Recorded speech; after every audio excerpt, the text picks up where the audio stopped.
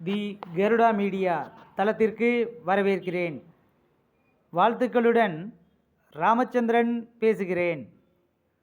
போகி பண்டிகை 2026 பற்றி இந்த பதிவில் பார்ப்போம். மார்கழி மாதத்தின் கடைசி நாளன்று போகி பண்டிகை கொண்டாடப்படுகின்றது.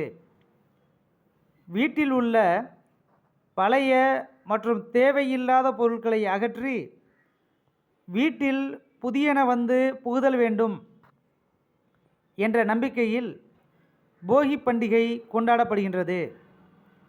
அன்றைய தினம் வீட்டில் தேங்கியிருக்கும் குப்பைகளையும் தேவையற்ற பொருட்களையும் அப்புறப்படுத்தி வீடு சுத்தம் செய்ய வேண்டும்.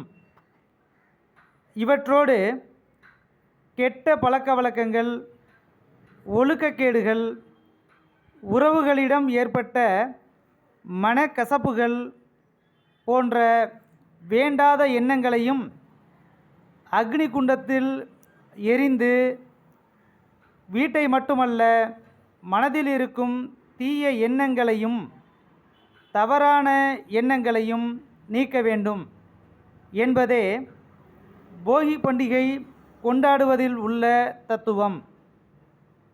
இந்த ஆண்டு மார்கழி மாதம் 30ஆம் தேதி, அதாவது 14/1/2026 புதன்கிழமை அன்று போகி பண்டிகை வருகின்றது.